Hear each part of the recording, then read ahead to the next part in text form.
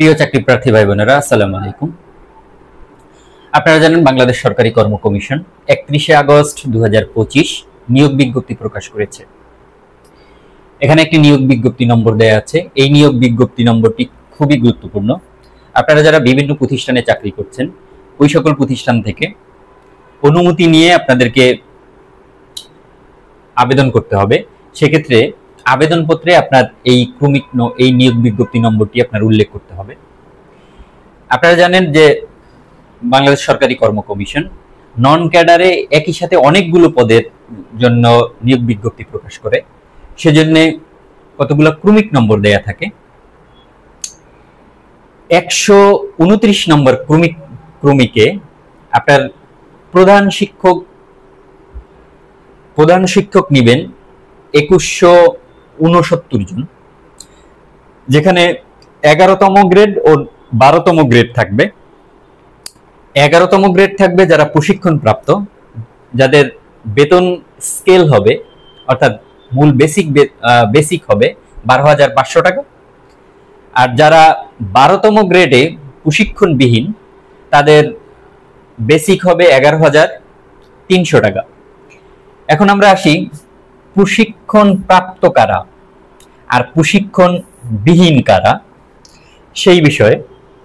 দেখুন, প্রশিক্ষণ প্রাপ্ত যারা পেশাগত প্রশিক্ষণ নিয়েছেন, যেমন C in Ed, certificate in education, DPEd, diploma in primary education, BEd, bachelor of education, আর একটা আছে এমএড, মাস্টার অফ এডুকেশন। এই সকল প্রশিক্ষণ যাদের থাকবে তারাই কেবল 12,500 টাকা বেসিকে তারা নিয়োগপ্রাপ্ত হবেন। আর ওইগুলি যাদের নাই তারা প্রশিক্ষণবিহীন 11,300 টাকা বেসিকে নিয়োগপ্রাপ্ত হবেন।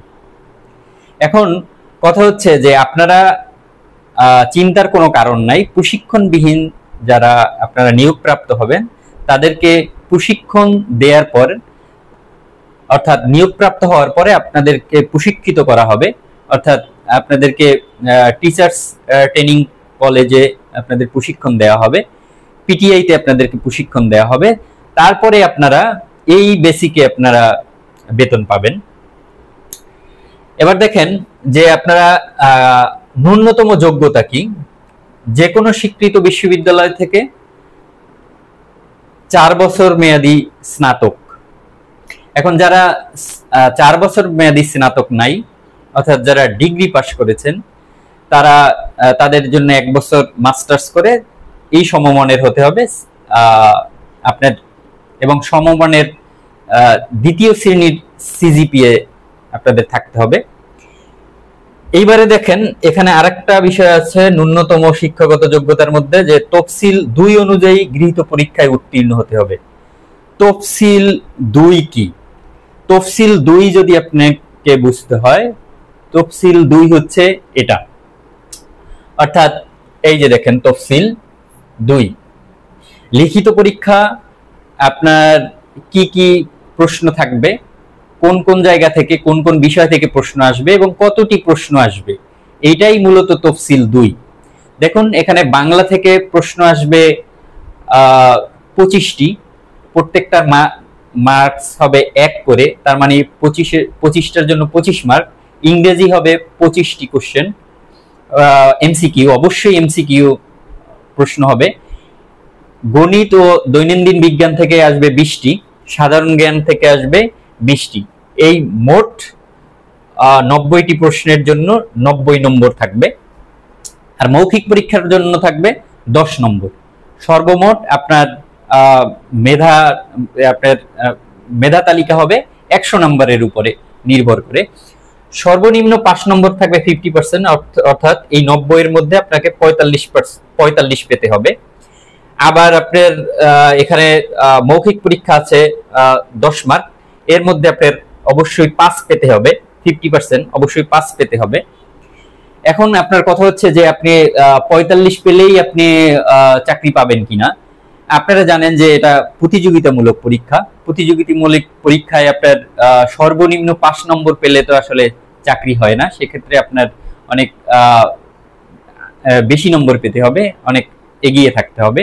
সেক্ষেত্রে পরবর্তী আমি আরেকটি ভিডিও দিব যে আপনারা কিভাবে পড়াশোনা করবেন, কোন জায়গা থেকে কিভাবে পড়াশোনা করলে আপনারা বেশি নম্বর পাবেন, এবং পরীক্ষায় কিরকম পরীক্ষা দিলে, পরীক্ষার হল ম্যানেজমেন্টও একটা বিষয় আছে, সেটার উপরে ভিত্তি করে, এবং কতটি প্রশ্ন আপনি দাগাবেন, কোন কোন প্রশ্নগুলি দাগাবেন না, এবং কি পরিমাণ প্রশ্ন আপনি ছেড়ে আসবেন, এই সকল বিষয় নিয়ে আমি আরেকটি ভিডিও বানাবো।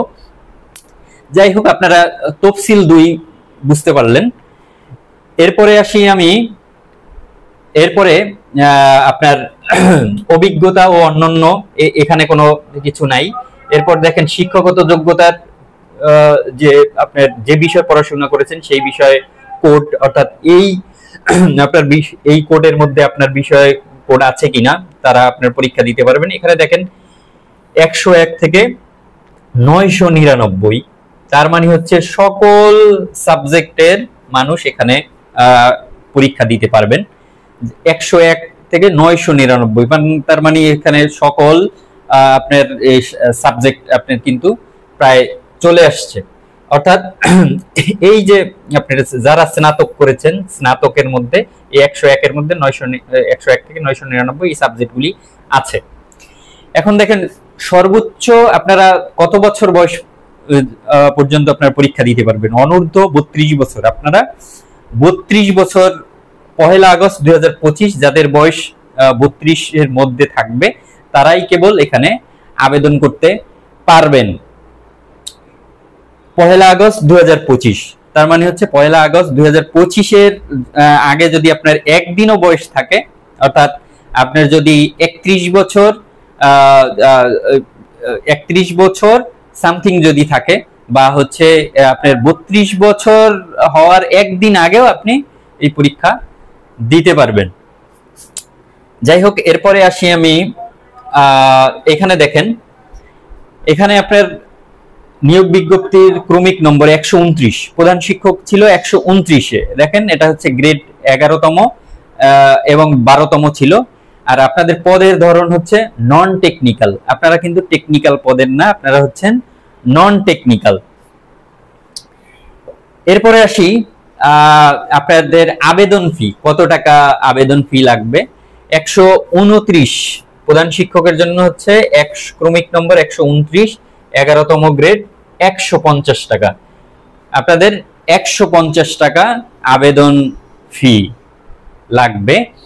এরপর আসি মোটামুটি একটু বেতন সম্পর্কে আপনাদেরকে ধারণা দেই। যদি 11তম গ্রেডে আপনি অবশ্যই 11তম গ্রেডে আপনি নিয়োগপ্রাপ্ত হবেন। যদিও আপনি 12তম গ্রেড প্রশিক্ষণবিহীন যদি আপনি নিয়োগপ্রাপ্ত হন, আমি তো বললামই আপনি প্রশিক্ষণ পাওয়ার পরপরই আপনি 11তম গ্রেডে আপনি নিয়োগ প্রাপ্ত হবেন। 11তম গ্রেডের বেসিক বেতন হচ্ছে 12,500 টাকা। এই 12,500 টাকা বেসিকের উপরে আপনি হাউস রেন্ট, যদি আপনি ঢাকার ভিতরে হন তাহলে আপনি হাউস রেন্ট পাবেন 65%, তাহলে এর 65% দাঁড়ায় হচ্ছে 8,125 টাকা। এবং মেডিকেল ভাতা আপনি পাবেন 1500 টাকা, ট্রান্সপোর্ট ভাতা পাবেন আপনি 2000 টাকা। বিশেষ প্রণোদনা, আপনারা জানেন 15% এখন 10ম থেকে 20তম গ্রেড পর্যন্ত 15% বিশেষ প্রণোদনা দেওয়া হয়।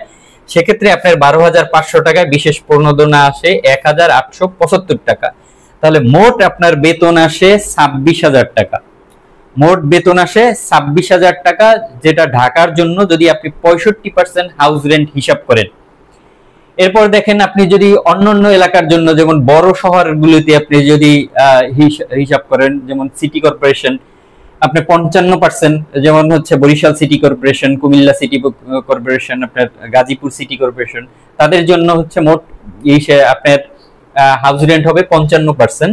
সেক্ষেত্রে আপনার গ্রোস দাঁড়ায় হচ্ছে 24,750 টাকা।